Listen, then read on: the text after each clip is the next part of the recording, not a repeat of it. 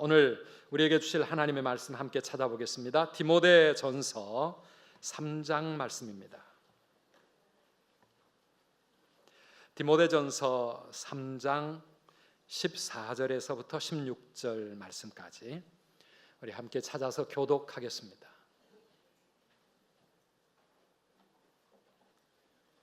(14절부터) 16절 제가 먼저 읽습니다. 내가 속히 내게 가기를 바라나 이것을 내게 쓰는 것은 만일 내가 지체하면 너로 하여금 하나님의 집에서 어떻게 행하여야 할지를 알게 하라 하니 이 집은 살아계신 하나님의 교회요 진리의 기둥과 터니라. 함께 읽습니다. 크도다 경건의 비밀이여 그렇지 않다 하느니 없도다.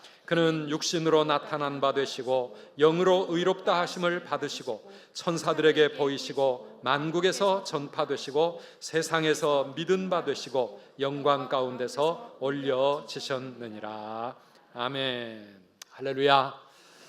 오늘 저는 여러분들에게 책 한 권을 소개하면서 말씀을 시작하려고 합니다. 이 시대에 가장 영향력 있는 기독교 작가를 들라 하면 필립 얀시라고 하는 분을 이야기를 합니다. 여러분도 그분의 많은 책을 읽으셨을 텐데요. 그분이 쓴 책 가운데 이런 책이 있습니다. 교회, 나의 고민, 나의 사랑. 영어 원래 제목은 Church, Why Bother? 라고 하는 책인데요. 우리말로 더 좋게 번역을 했습니다.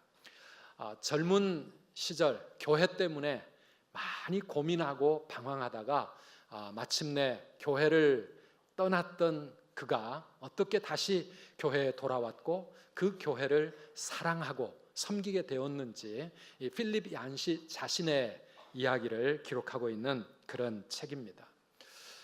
요즘도 교회 때문에 고민하는 분들이 참 많이 계시는 것 같습니다. 주님의 피로 사신 교회라는 것은 알겠는데 교회를 다니다 보면 상처를 받기도 하고 또 여러 가지 정말 힘든 일들 때문에 결국은 방황하다가 안 나가 가나안 성도가 된 사람들이 우리가 전도를 하다 보면 많습니다. 여기 계신 분 가운데서도 여전히 교회가 고민거리가 되신 분 혹시 계신다면 방금 그 책을 한번 읽어보시면 좋을 것 같습니다. 그런데 이번 이 무더위 속에서 진행되고 있는 여름 성경학교 주제가 뭐라고요? 다시 한번 합시다. 교회가 좋아요. 교회가 좋아요. I love my church. 나는 교회, 우리 교회 사랑합니다. 이런 고백이 우리 주일학교 아이들에게서부터 우리 모든 교인들에게 우리 온 성도들이 이 고백을 하면서 살았으면 좋겠습니다. 왜냐하면 지난 금요일부터 어제, 오늘 그리고 또 이번 주말 그 다음 주말에 이르기까지 우리 주일학교 각 부서가 여름 성경학교를 이 주제로 진행하고 있습니다. 우리 주님의 교회 사랑하시기를 축복합니다. 그 교회를 중심으로 살아가는 것이 이 세상에서 살아가는 우리 성도의 삶이고 이 땅에서 주님의 교회를 사랑하고 이 교회 안에서 행복하게 신앙생활을 해야 영원한 저 교회, 하늘에 있는 그 교회에서 우리가 정말 진짜 교회다움을 누릴 수가 있기 때문입니다. 오늘 우리가 읽은 이 짧은 구절은 사도 바울이 로마의 감옥에 갇혔던 그 투옥에서 풀려난 후에 스페인에 복음을 전하기 위해서 여행하는 도중에 디모데에게 편지 쓰고 있는 겁니다. 에베소 교회를 섬기고 있는 믿음의 아들 디모데에게 내가 너에게 빨리 돌아가고 싶지만 만약에 내가 가는 길이 늦어진다면 하나님의 교회에서 어떻게 행해야 할 것을 알게 하기 위해서 이 편지를 쓴다 하는 그런 이야기입니다. 이 말씀 가운데 교회가 무엇인지 그리고 주님이 다시 오실 때까지 우리가 주님께 갈 때까지 이 땅에서 섬겨야 할 우리 교회 안에서 우리가 어떻게 행해야 할 것인가가 여기에 잘 나와 있습니다. 우리 15절 말씀을 다시 한번 함께 읽어보겠습니다. 만일 내가 지체하면 너로 하여금 하나님의 집에서 어떻게 행하여야 할지를 알게 하려 함이니 이 집은 살아계신 하나님의 교회요 진리의 기둥과 터니라. 아멘. 아멘. 교회가 무엇이라고 말합니까? 교회는 먼저 살아계신 하나님의 집이라 이렇게 말씀하고 있습니다. 한번 따라합시다. 살아계신 하나님의 집. 교회가 뭐라고요? 교회는 살아계신 하나님이 계시는 곳이다. 하나님이 거하시는 곳이다. 그래서 성경은 곳곳에서 교회를 하나님의 집이라고 말합니다. 시편 84편 우리가 잘 아는 말씀에 보면 만군의 여호와여 주의 장막이 주님의 집이 어찌 그리 사랑스러운지요. 교회를 사랑하는 시인의 고백이죠. 4절에 가보면 우리 함께 읽어볼까요? 주의 집에 사는 자들은 복이 있나니 그들이 항상 주를 찬송하리이다. 아멘. 저와 여러분들의 이야기가 되는 줄 믿습니다. 주의 집에 사는 자들은 그 사람들이 복 있는 사람이다. 사실 우리 하나님은 무소부재의 하나님이십니다. 무소부재가 무슨 말이죠? 안 계신 곳이 없는 분이시다. 우리 이 온 우주 만물에 하나님은 어디에나 충만히 함께 하고 계시는 분이십니다. 그러나 그럼에도 불구하고 어디나 계시지만은 교회는 그 하나님의 집이다. 하나님이 거하시는 곳이다. 성경은 그렇게 말합니다. 그 교회가 무엇입니까? 이 건물입니까? 아니요. 마태복음 18장 20절에 두세 사람이 내 이름으로 모인 곳에는 나도 그들 중에 있느니라. 누가 그들 중에 계신다고요? 우리 예수님께서, 주님이 주의 이름으로 모이는 곳이라면 두세 사람이 모이는 곳이라도 내가 거기 있다. 주님이 계시는 바로 그곳이 교회가 되어지는 것입니다. 그곳이 지하실이든 상가든 또 큰 교회든 작은 교회든 할 것 없이 건물이 아닌 우리의 모임, 우리 성도들의 공동체, 그곳에 주님이 계시면 그곳이 바로 교회라 그 말입니다. 아까 우리 찬양했던 것처럼 높은 산도 거친 들도 초막이나 궁궐이나 내 주 예수 모시고 살아가는 그 주님과 함께 동행하고 주님과 함께 있는 그곳이 바로 하늘나라요. 그곳이 바로 이 땅에 하나님이 주신 교회인 줄 믿습니다. 그 교회에 하나님이 계신다는 것은 무슨 뜻입니까? 역대하 7장 16절 말씀에서 지난주에도 함께 읽었습니다만 내 이름을 영원히 여기에 있게 하였음이라. 내 눈과 내 마음이 항상 여기에 있으리라. 어디에 있다고요? 교회에 있는 겁니다. 하나님의 눈과 하나님의 마음이 언제나 교회를 향하고 있고 하나님의 영광스러운 이름이 이 교회에 영원히 있다. 성경은 그렇게 말하고 있습니다. 그런 의미에서 교회는 하나님의 집이라고 말하는 것이죠. 여러분, 우리 하나님의 집이 교회라고 하면 우리가 교회에서 어떻게 행해야 할 것인가? 답은 분명합니다.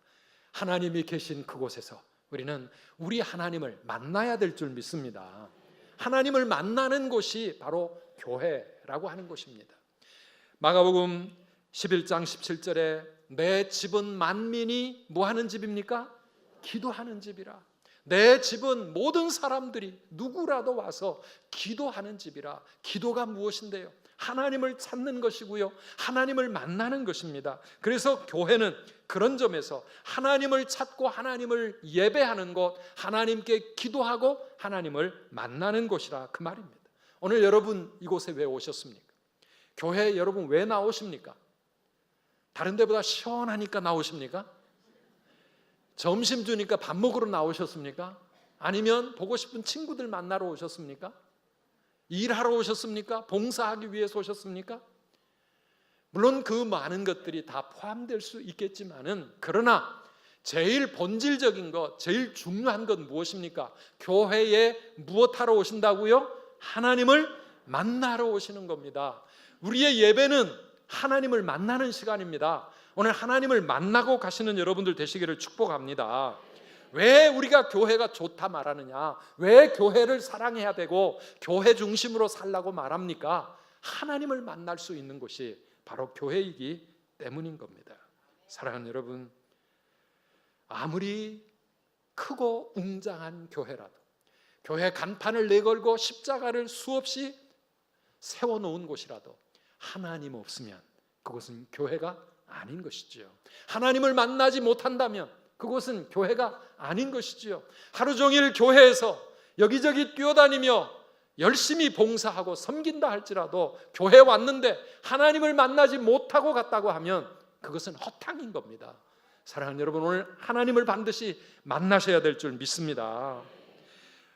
창세기 28장을 읽어보면 야곱이 빈 들판을 홀로 방황하다가 어느 날 돌베개를 베고 그 들판에서 잠이 듭니다. 그런데 그가 잠을 자면서 놀라운 체험을 합니다. 28장 12절 말씀 보면은요, 꿈에 본즉 사닥다리가 땅 위에 서 있는데 그 꼭대기가 하늘에 닿았고 또 본즉 하나님의 사자들이 그 위에서 오르락 내리락 하고 있습니다. 아니 이게 뭔가? 그 놀라운 모습을 꿈의 환상 중에 야곱이 보고 있는데 하늘 위에서 음성이 들려오기 시작합니다. 하나님의 말씀이 선포되고 있습니다. 나를 향한, 야곱 자신을 향한 하나님의 약속, 하나님의 말씀이 생생하게 들려오는 그런 체험을 한 후에 야곱은 잠에서 깨어서 그곳에 하나님의 제단을 쌓습니다. 우리 16절 이하의 말씀 함께 읽어보실까요? 야곱이 잠이 깨어 이르되 여호와께서 과연 여기 계시거늘 내가 알지 못하였도다. 이에 두려워하여 이르되 두렵도다 이곳이요 이것은 다름 아닌 하나님의 집이요 이는 하늘의 문이로다 하고, 그리고 나서 야곱은 자기가 베고 잤던 그 돌에 기름을 붓고 하나님을 예배합니다. 그러면서 말합니다. 이곳이 바로 하나님의 집이라. 그곳 이름을 베델이라고 지었습니다. 베델이 무슨 뜻이라고요? 하나님의 집이라고 하는 뜻입니다. 사랑하는 여러분, 오늘 우리가 한 주간을 세상 속에서 힘들게 살아가다가 이 주일날 이 아침 무더위를 뚫고 이곳에 오셨는데 주일마다 하나님께 드리는 이 예배의 현장이 하늘이 열리는 하늘의 문이 되시기를 축복합니다. 하나님의 임재의 현장이 되어야 될 줄 믿습니다. 교회는 이 땅에 살고 있는 보잘것없고 연약한 우리 인생들이 하늘의 하나님, 크고 위대하신 거룩하신 하나님을 만나는 곳이 바로 교회입니다. 예배는요, 땅과 하늘이 연결되는 거룩한 사닥다리가 연결되는 현장이 바로 예배고요, 그로부터 하늘에서 들려오는 하나님의 음성을 듣는 시간이 바로 이 예배의 시간입니다. 우리 교회가 그런 곳이기 때문에 우리가 아무리 바쁘고 아무리 피곤해도 교회에 나오기를 사모하시기를 바랍니다. 교회 중심으로 살아야 합니다. 그래서 교회는 중요한 것이고 교회는 우리의 삶의 중심이 되어야 합니다. 또 교회에 나오면 나올 때마다 하나님 만나기를 사모하면서 나오셔야 합니다. 하나님을 만남으로 이 예배를 통해 하나님과 나 사이에 영적인 하늘의 문이 열리고 하나님의 음성이 들려지는 그런 예배가 되도록 해야지, 그러지 못하면 예배가 허탕이 되고 말기 때문입니다. 사랑하는 여러분, 우리가 하나님을 만나면 어떻게 될까요? 하나님의 임재를 우리가 체험하면 우리의 삶에 어떤 일이 일어날까요? 놀라운 일이 생기지 않겠습니까? 하나님을 만나게 되면 우리는 하나님의 영광을 체험하게 되어지는 겁니다. 하늘의 영광, 하늘의 영광. 야곱처럼 그 하나님 앞에서 우리는 거룩한 두려움을 느끼게 됩니다. 하나님이 무서워지는 게 아니라 거룩한 두려움 속에서 하늘의 영광 앞에 우리가 나아가게 됩니다. 그 하나님 앞에서 나의 죄악과 나의 모든 부족하고 추한 모습을 발견하게 되고 하나님 앞에 무릎을 꿇고 회개하면서 하나님의 주시는 그 은혜로 내 삶이 거룩해지는 시간, 그 시간이 바로 예배의 시간입니다. 우리가 신앙생활을 하고 예배를 수없이 드려도 여전히 내 삶의 죄악이 숨겨져 있고 가면을 쓰고 교회를 다니며 거룩한 척하지만 내 자신은 하나님 앞에 정말 너무나 부끄러운 모습이라면 우리는 하나님을 만나지 못하고 살아가는 거예요. 예배를 드려도 하나님을 만나지 못한다면 내 삶의 변화가 일어나지 않는 것입니다. 오늘 우리 하나님을 만날 때 십자가의 사랑과 우리 하나님의 그 은혜와 용서가 내 가슴 속에 내 삶에 물밀듯이 몰려오고 그 하나님의 사랑 앞에 감사하고 감격하는 그런 귀한 은혜의 시간이 되시기를 축복합니다. 하나님을 만나면 하나님의 음성을 들을 수가 있습니다. 어떤 음성입니까? 이상한 신비한 음성이 들린다는 게 아니고요. 아까 우리 교독문 함께 교독하면서 마지막 구절에 하박국 2장 20절 말씀이 있었습니다. 다시 한번 읽어보실까요? 오직 여호와는 그 성전에 계시니 온 땅은 그 앞에서 잠잠할지니라. 그렇습니다. 교회는 모든 인간의 말, 세상의 소리가 잠잠해지는 곳이고 오직 하나님 말씀하시는 그 하나님 앞에 우리가 서게 되는 시간입니다. 나를 위한 하나님의 말씀, 그 말씀이 들려와야 합니다. 예배를 드릴 때, 하나님의 말씀을 들을 때 바로 나에게 주시는 하나님의 음성, 그 말씀이 내 삶의 힘이 되고 나에게 생명의 양식이 되고 내가 가는 길에 등불이 되는 하나님의 귀한 음성을 듣는 그 시간이 되어야 될 줄 믿습니다. 이 하나님을 만나면 하늘의 능력을 우리가 또한 체험할 수가 있습니다. 나와 함께 하시는 그 하나님, 나를 사랑하시는 그 하나님, 그 주님 안에서 세상이 줄 수 없는 하늘의 평안을 누리고 하늘의 안식을 우리가 체험하게 되고 세상이 줄 수도 빼앗을 수도 없는 기쁨을 우리가 누리면서 하나님 안에 있는 행복이 무엇인지를 우리가 체험하게 되는 것입니다. 나의 힘이 되신 여호와여, 내가 주님을 사랑합니다 고백하면서 우리의 몸도 마음도 우리의 영혼도 치유되고 회복되는 놀라운 체험이 우리 하나님을 만날 때 우리의 삶에 일어나게 될 줄 믿습니다. 하나님을 만나면 우리의 연약한 육신과 세상에 시달리고 지친 우리의 심령 속에 하나님이 주시는 생명의 강물이 흘러올 때 우리의 삶이 치유되고 회복되는 그러한 놀라운 체험, 세상의 그 어떤 고난도 능히 이기고 나아갈 수 있는 하늘의 능력을 우리가 얻게 되는 것 아니겠습니까? 은과 금은 나 없지만 내게 주신 그 이름 예수 그리스도의 이름을 붙잡고 세상을 향하여 담대하게 사명자의 길, 순교자의 삶을 살아갈 수 있는 그 능력, 예배 시간을 통해 우리는 하늘로부터 받아야 될 줄 믿습니다. 그래서 하나님의 임재를 체험하게 돼 예배를 통해 하나님을 만나게 될 때 내 삶에 놀라운 변화가 일어나기 시작합니다. 날마다 새 사람으로 하나님의 사람으로 예수 그리스도의 그 모습으로 변화되기 시작하는 것입니다. 이런 은혜가 우리 모두가 있기를 축복합니다. 어제 우리 영유아부하고 유치부하고 여름 성경학교를 했는데요, 예배를 마치고 나니까 병원이 열리더라고요. 병원이 열려. 부장 권사님이 저에게 쫓아와가지고 목사님 요즘 몸이 편찮으시다면서요, 약 가졌습니다 하고 딱 내미는데요, 복음병원이에요. 복음병원.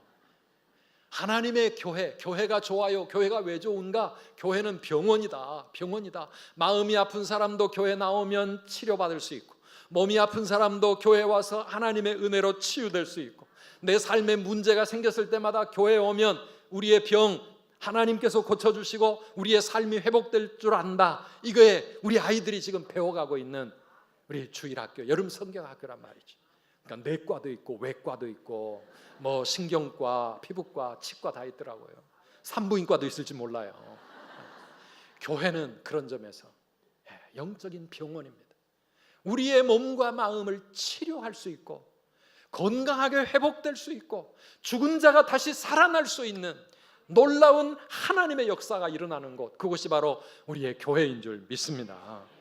그런 점에서 교회가 살아계신, 지금도 살아계신 하나님의 집이라고 성경은 말합니다. 그리고 우리의 예배는 바로 그 하나님을 만나는 그 시간, 그 현장, 오늘 또 바로 그 현장이 될 줄 믿습니다. 교회는 하나님의 집이다. 두 번째, 오늘 15절에서 성경이 말하고 있는 거, 교회는 뭐라고요? 진리의 기둥과 터라고 말합니다. 한번 따라 합시다. 교회는 진리의 기둥과 터입니다. 대부분 보면 교회는 그 시대에 상당히 보수적인 공동체입니다. 그런데 보수적인 것만이 아니라 어떤 때는 굉장히 진보적이고 개혁적입니다. 교회는 왜 그렇습니까? 교회는 전통을 세워가는 곳이 아니라 진리를 세워가는 곳이기 때문에 그렇습니다. 세상이 자기 지혜로 하나님을 알지 못하고 진리를 깨닫지 못할 때 하나님은 이 땅의 교회를 통하여 세상 속에 하나님의 진리를 선포하게 하시고 하나님의 진리대로 하나님의 나라를 세워가게 만드신 겁니다. 오늘 우리가 살아가고 있는 이 시대를 포스트 모더니즘의 시대라 그렇게 말합니다. 어느 시대나 그 시대를 움직이는 사상이 있고 철학이 있고 문화가 있는데 지금 우리가 살아가고 있는 이 포스트 모더니즘 시대는 어떤 시대냐 하면 절대 진리는 없다는 겁니다. 어느 누구도 나만 옳다라고 말하지 말라는 거예요.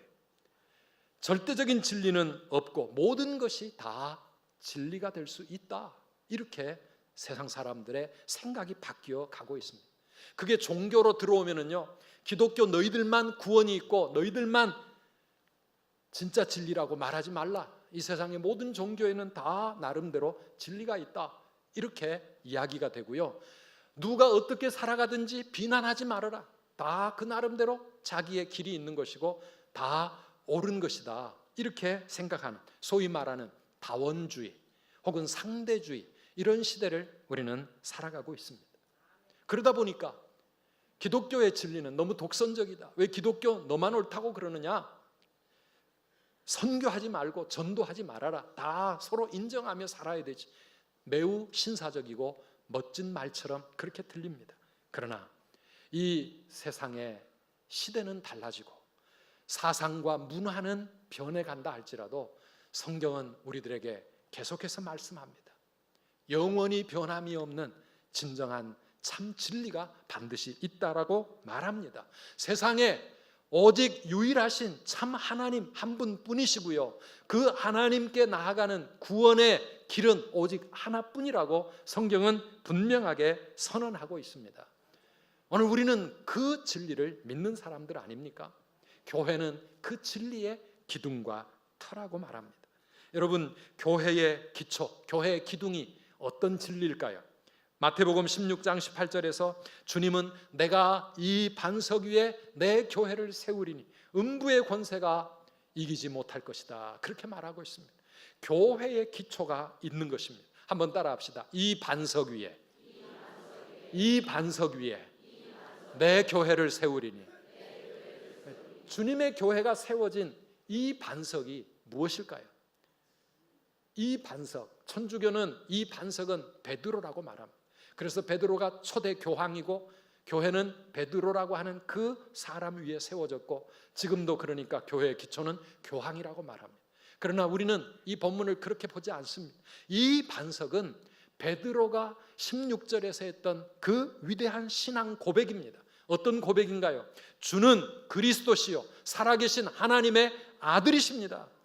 예수님, 당신은 우리의 그리스도, 나의 메시아, 나의 구원자요 살아계신 하나님의 아들이십니다. 이 반석, 이 진리의 고백 위에 세워진 것이 바로 교회라고 하는 것입니다.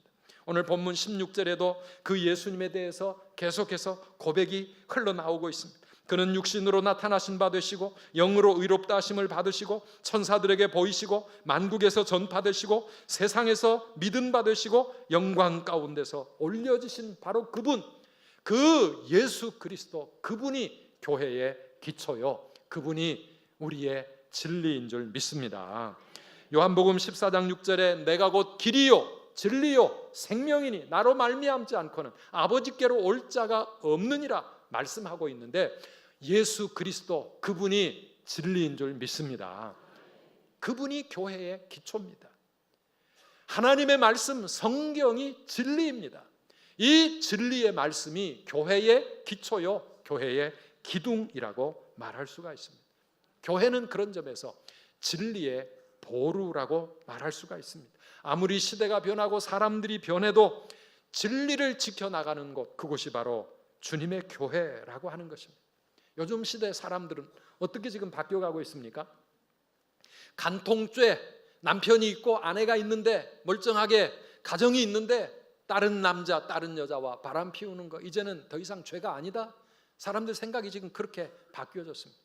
어제부터 서울 시청 앞 광장에서는 또 퀴어 축제라고 하는 이상한 문화 축제, 그것이 무슨 문화인지 동성애자들이 자신들의 그 부끄러운 모습들을 떳떳하게 세상 앞에 자랑스럽게 내놓고 있습니다.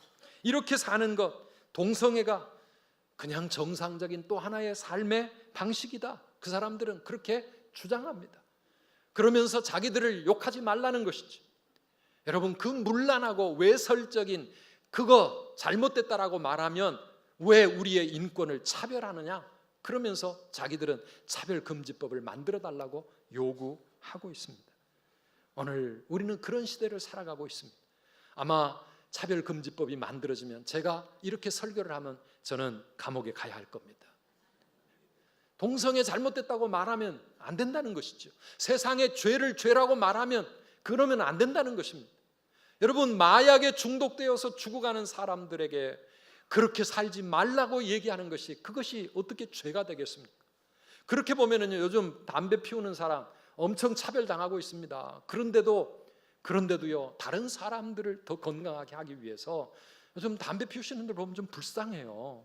어디 저 밖에 어디 창고 조그마한데 그런데 가가지고 거기서 그래도 피우시는 거 보면 정말 끊기가 힘든가 봐. 그런데 동성애는 그거보다 더 무서운 거예요. 자기의 삶을 파괴시키는, 인간의 존엄성을 완전히 짓밟는 그런 것, 그렇게 살지 말아라. 그건 잘못이다. 거기서 나와라. 그런데 그것을 자기들의 인권을 차별한다고 그렇게 주장하면서 자기들의 그 모습을 축제로 승화시키고 있습니다. 우리가 사는 시대가 그런 시대입니다. 그런데 성경은 뭐라고 말합니까? 고린도전서 3장 17절 말씀 우리 함께 읽어보시겠습니까? 누구든지 하나님의 성전을 더럽히면 하나님이 그 사람을 멸하시리라. 하나님의 성전은 거룩하니 너희도 그러하니라. 아멘. 거룩하게 살아야 된다고. 하나님이 거하시는 성전은 거룩해야 되고 이 땅의 교회는 거룩해야 되고 우리 성도들, 우리가 성령님 모시고 살아가는 우리도 교회이기 때문에 우리 하나님의 백성들은 하나님처럼 거룩한 삶을 살아야 된다고. 세상이 변하고 시대가 바뀌어져도 이 땅에 하나님의 거룩하심을 끝까지 지켜나가야 될 곳, 그곳이 바로 하나님의 교회요 하나님의 성도들인 줄 믿습니다. 교회의 진리가 없어지면 교회는 더 이상 교회가 될 수 없는 겁니다. 사랑하는 여러분, 교회로서 내 자신은 어떻습니까? 나에게는 진리가 있습니까? 하나님의 진리를 진리라고 분명하게 그렇게 고백하면서 진리 따라 살아가고 있는지, 우리 교회는 오늘날 이 시대 속에서도 정말 진리의 파수꾼이 되고 있는지 우리 자신을 둘러 점검해 보아야 합니다. 세상이 아무리 어두워져도 교회는 세상을 밝히는 빛이 되어야 맞습니다. 아멘이십니까? 세상이 아무리 썩어가도 우리 성도는 세상에서 소금의 사명을 다해야 될 줄 믿습니다. 우리가 직장 생활하면서 사업을 하면서 학교를 다니고 우리가 이 세상을 살아가면서 우리는 수없는 유혹과 수없는 갈등 속에 살아갑니다. 그러나 분명한 것은 참과 거짓을 분명하게 분별해가면서 세상 앞에 부끄럽지 아니하고 하나님 보시기에 부끄럽지 아니하는 진리의 수호자로서 우리 모든 성도들이 이 세상을 그렇게 살아가야 될 줄 믿습니다. 세상의 유혹이 얼마나 교묘한지 모릅니다. 얼마 전에 우리 성도님 가운데 한 분이 직장에서 이런 상황을 맞았습니다. 보통 직장에 들어가면 처음에는 임시 계약직으로 들어가잖아요. 그래가지고 거기서 또 이렇게 좋은 점수를 받고 패스를 하면 이제 정규직이 되어지는데요. 우리 성도님이 그렇게 이제 임시직으로 계약직으로 들어갔는데 하루는 윗사람이 부르더라는 거예요. 가보았더니 하는 말이, 이번에 정규직으로 들어갈 수 있는 자리가 딱 하나가 나왔는데 나는 당신을 그 자리에 넣어주고 싶다. 그러니 얼마나 좋았겠어요? 이 계약직이 아직도 많이 있는데 나를 잘 봐준 거예요, 상사가. 그런데 내가 너를 그 자리에 넣게 하려면 방법이 하나 있다. 마지막 평가할 과제를 네가 만들어 갖고 와라. 네가 제일 잘할 수 있는 과제를 나에게 가지고 오면 내가 그것을 공개적으로 계약직에 있는 사람들에게 과제로 내겠다. 그러면 네가 당연히 될 수 있지 않겠냐. 규정이 있으니까 그런 방법으로 내가 너를 정규직에 올려주겠다는 거예요. 우리 성도님이 그 말을 듣고 너무너무 좋았는데 하나님 앞에 기도하면 기도할수록 이게 지금 하나님이 주시는 축복인지 마귀가 내밀고 있는 유혹인지 헷갈리기 시작하는 거예요.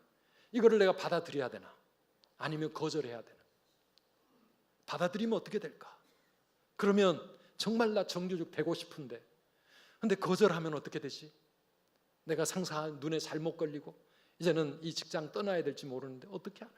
하나님 앞에 간절히 기도하면서 그래도 우리 이분이 믿음으로 하나님 앞에서 하나님이 기뻐하시는 길로 가겠습니다. 결단하면서 하나님의 뜻이 무엇입니까? 묻는데 점점 마음은 어디로 가겠습니까? 이건 아니다. 이건 아니다. 기도하면서 주일날 교회 와서 예배를 드리면 하나님이 주시는 말씀이 분명해지는 겁니다. 이거는 아니다. 내가 떳떳할 수 없고 평생 내가 이 사람의 덫에 끌려서 이 사람 앞에 내가 꼼짝 못하고 살아가게 되는 이런 것은 하나님이 기뻐하시는 길이 아니겠다. 그래서 찾아가서 그러나 겸손하게 지혜롭게 그 거절을 그 제안을 거절했다고 하는 이야기를 제가 들었습니다. 참 쉽지 않은 일이죠. 저는 그 이야기를 들으면서 요셉의 상황이 생각났습니다. 제가 아침에 그분한테 이 이야기를 좀 해도 되겠는가 허락을 받고 하는 이야기입니다. 요셉이 자신의 삶이 점점 안정돼 가고 성공을 향하여 보디발의 노예로서 살다가 점점 인생이 나아져 가고 있을 때 그에게 유혹의 손길이 닥쳐왔습니다. 보디발의 아내가 유혹하는 겁니다.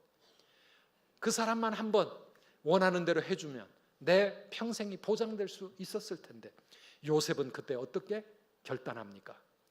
창세기 39장 9절에 보면 그는 단호하게 그 제한, 그 유혹의 손을 뿌리칩니다. 다른 모든 사람들은 모른다 할지라도 내가 어찌 이 큰 악을 행하여 하나님께 죄를 짓겠습니까? 하나님은 다 보고 계시고 나는 하나님 앞에서 살아야 될 사람인데 내가 어떻게 이런 큰 죄를 짓겠습니까? 요셉은 그 유혹을 뿌리치고 차라리 도망가고 맙니다. 사랑하는 여러분, 그렇습니다. 한번 우리가 약점 잡히면은요, 우리는 세상에 꽉 붙잡혀 가지고 평생 헤어나올 수 없는 족쇄가 되지 않겠습니까? 우리 하나님 앞에서 기도하는 가운데 요셉처럼 담대하게 노를 외칠 수 있는 그런 저와 여러분들 되시기를 축복합니다. 내가 사는 방법은 세상의 방법이 아니고 다른 사람들이 어찌하든지 간에 하나님 앞에서 살아간다. 하나님의 말씀이 내 삶의 기준이 되는 그런 삶이 내가 가야 할 길이다. 언제나 우리가 하나님 앞에서 이거 지키며 살아야 합니다. 얼마 동안 지나갔습니다마는 얼마 전에 우리 교회에 서구청에서 고지서가 하나 날아왔습니다. 뭔가 보니까 비전센터를 우리가 구입을 하면서 종교 목적으로 쓰여지는 곳은 세금이 면제가 되고 그 다음에 이렇게 다른 사람에게 세를 주어서 수익 공간으로 사용되는 것은 우리가 세금을 내고 그렇게 다 합법적으로 절차를 밟고 비전센터를 구입을 했는데 시간이 지나가면서 그 뒤에 이게 2층, 3층 조건이 바뀌어졌잖아요. 그런데 우리가 그때 그런 변경이 있었으면서도 이 부분을 짚지를 못하고 넘어왔어요. 구청이 나중에 알고 거기에 대해서 이제 추징금을 교회에 부과를 한 겁니다. 액수가 그리 적은 액수가 아니었어요. 이거 어떻게 해야 되나? 구청에 들어가서 한번 면담을 하고 우리 교회와 또 우리 구청과의 관계가 있으니까 이거 잘 해결할 수 있지 않겠는가? 그런 이야기를 하는 사람도 있었습니다. 근데 제가 기도를 하는데 그건 아닌 것 같아요. 교회인데 교회가 괜히 가가지고 좀 봐달라고 이거 우리가 고의로 한 게 아니라 실수로 이렇게 됐는데 조금 봐줄 수 없냐고 이런 얘기를 목사가 해야 되나 고민을 하다가 아니다. 우리 내야 될 건 내자. 교회가 잘못한 건 잘못한 거고 내야 될 세금이 있으면 내는 게 맞는 거고 그래서 깨끗이 내고 나니까 가슴이 얼마나 후련한지 그게 맞는 것 같아요.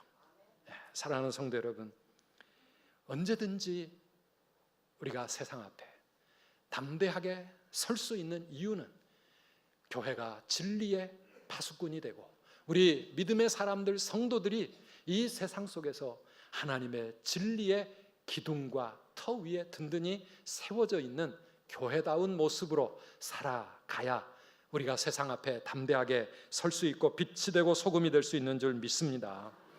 모든 세상 사람들이 다 타협하며 살고 다 거짓된 길 간다 할지라도 교회는, 우리 성도는 이 세상 속에서 진리의 기둥과 터가 되어야 되는 것, 이게 교회의 본연의 모습인 줄 믿습니다.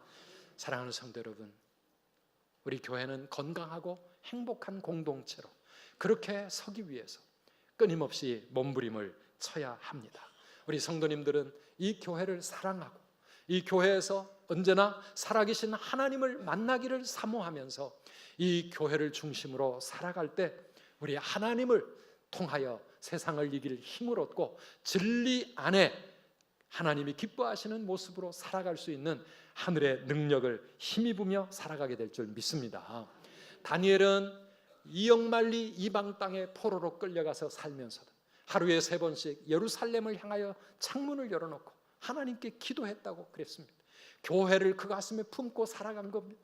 하나님이 계시는 곳, 하나님의 거룩한 성전, 교회를 가슴에 자신의 삶의 중심으로 그렇게 품고 기도하며 살아가는 사람, 그 사람이 하나님 앞에 복받는 사람이고 세상을 이길 수 있는 담대한 믿음의 사람인 줄 믿습니다.